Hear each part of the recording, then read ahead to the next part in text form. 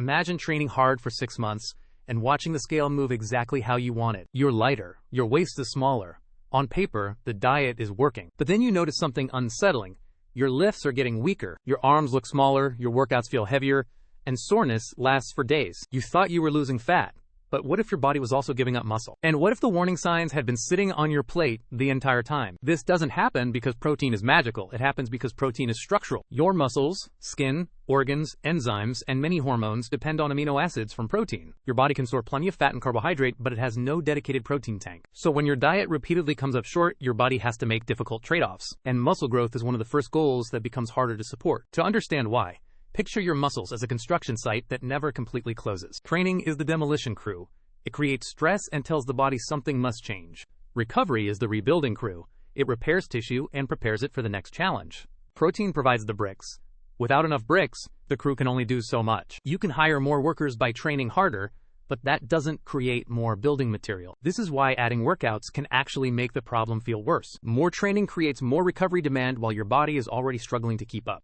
At first, nothing dramatic happens. You don't wake up with half your muscle missing. Instead, the signs arrive quietly, and most people blame the wrong thing. Soreness hangs around longer. The weights feel unusually heavy. Motivation starts disappearing. You may assume you need a stronger pre-workout or a completely new program, but your training plan may be fine. Your recovery resources may be the real bottleneck. Here's where the story becomes more serious. Add a calorie deficit to the equation. A deficit tells your body that less energy is available than it currently needs. That's necessary for fat loss, but it also creates a survival problem. Your body must decide which tissue is worth spending energy to maintain. Resistance training tells it, keep this muscle, we still need it.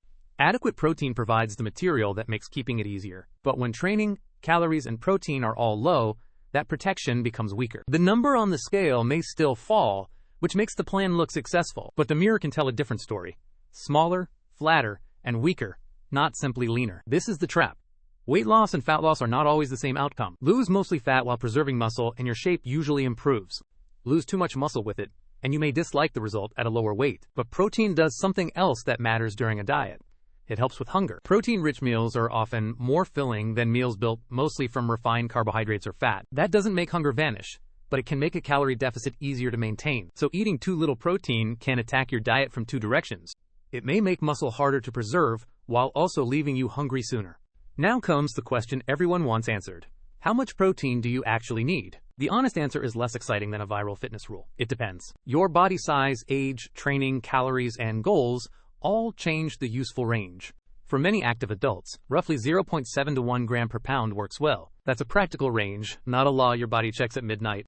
Eating slightly less one day won't erase your muscle by the next morning. Your average pattern over weeks matters far more than one imperfect meal. And no, hitting that target doesn't require 6 chicken breasts every day. Eggs, dairy, fish, lean meat, tofu, beans, lentils, and protein powder can all help. The best sources are the ones that fit your diet, budget, digestion, and preferences. But there's another mistake hiding here: saving almost all your protein for dinner. A giant evening meal can raise your daily total, but distribution still matters. Spreading protein across 3 or 4 meals gives you several chances to support recovery. It also makes a high daily target feel much less overwhelming. Instead of forcing down 80 grams at night, build each meal around a protein source.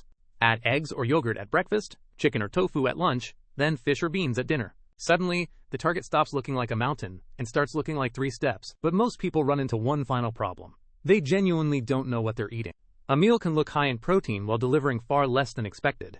Peanut butter, for example, contains protein, but also packs many calories into a small serving. That doesn't make it bad, it just means guessing can distort the entire picture.